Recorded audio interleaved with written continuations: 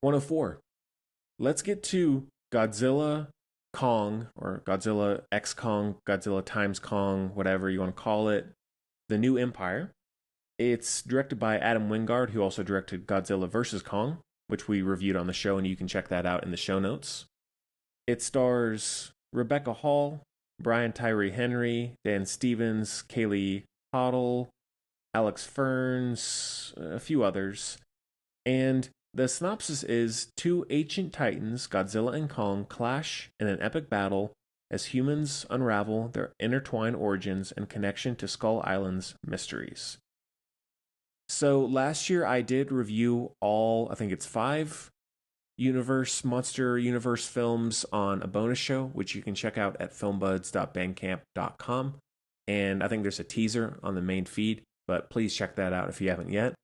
Thanks to those who have.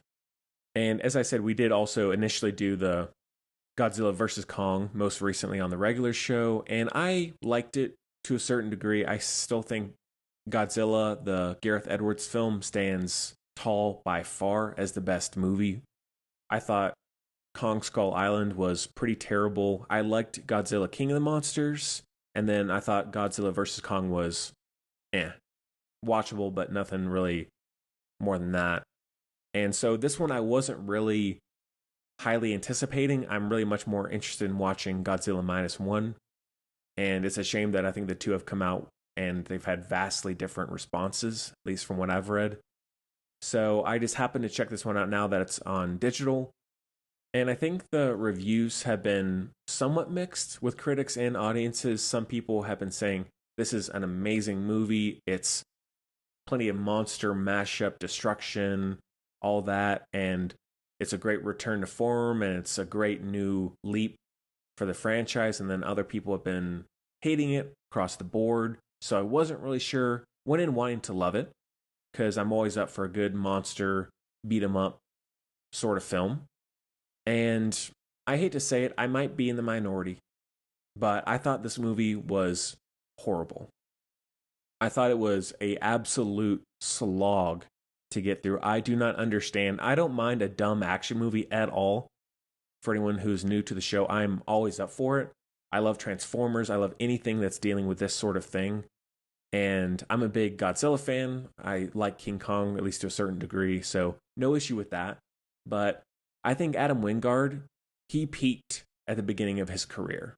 Things like The Guest, You're Next, fantastic movies. And then I feel like he has sort of petered out, maybe because he's got more money, more control. I don't know, because he's had successes. But I think I wish they had chosen someone else to make this movie.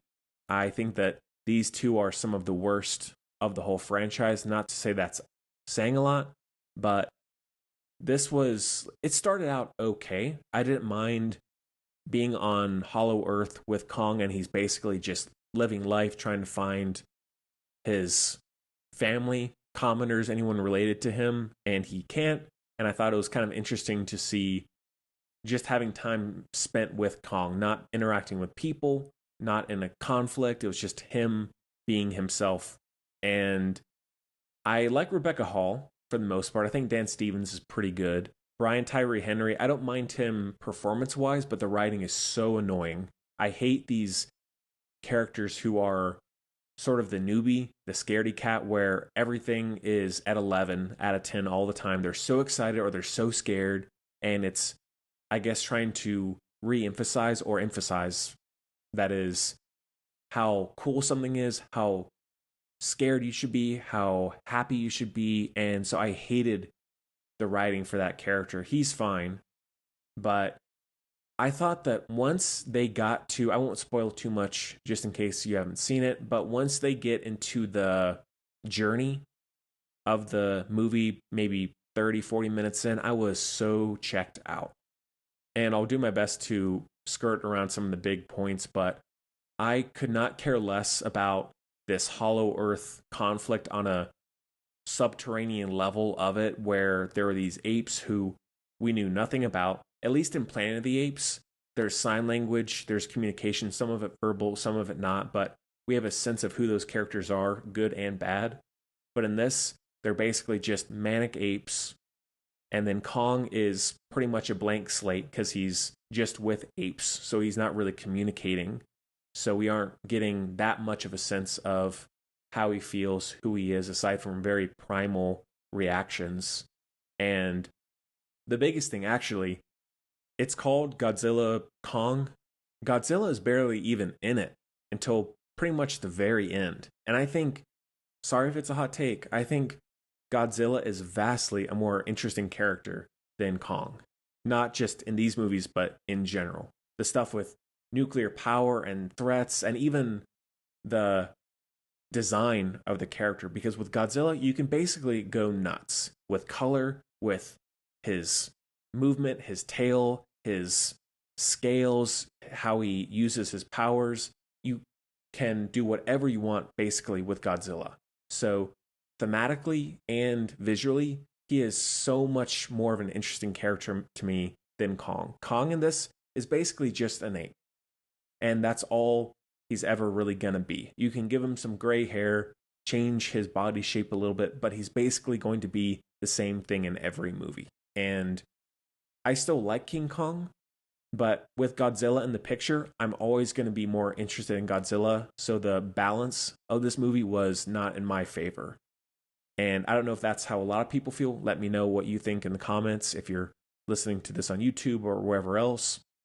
But I thought that the Hollow Earth conflict was so uninteresting, unengaging, could not really follow it. The pacing is so quick, scenes move so quickly. I was just not getting any sort of sense of time of really thinking about how characters were reacting, who they were. You don't know anything about anyone because even in Godzilla, the Gareth Edwards one, some people called that boring, but at least you had some more time to think about who these characters were and what they were doing.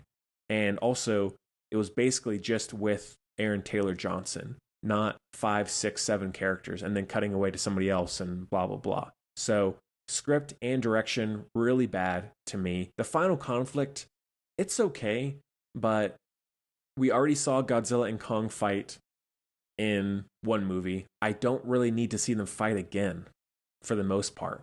And even if they're teaming up a little bit or fighting each other, actually, like, I don't really care. It's pretty much just the same thing as the last one.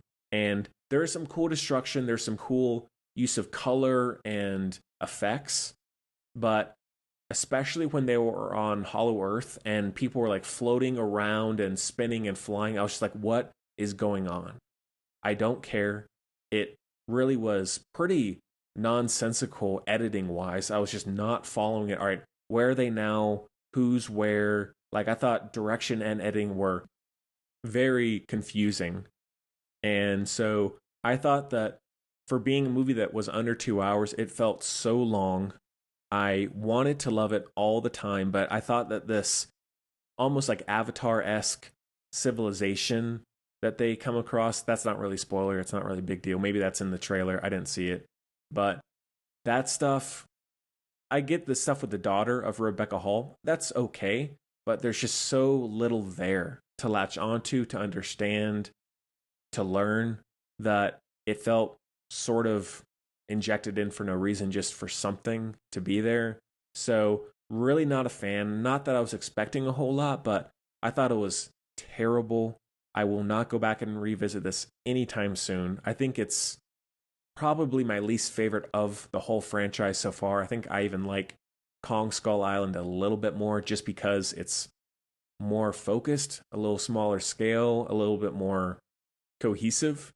So if you like this movie, I can understand it to a certain degree, but I really don't see how all these movies for the most part are being seen the same, like rating wise. I feel like the first two Godzillas are so much better.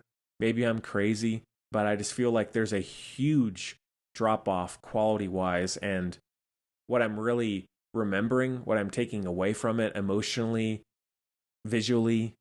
So I'm really hoping that I don't know if they've announced it yet or not, but I'm hoping that they get someone else other than Wingard to make this. I think he needs to go back and do smaller scale, small budget movies because I don't think he's the right choice for this series.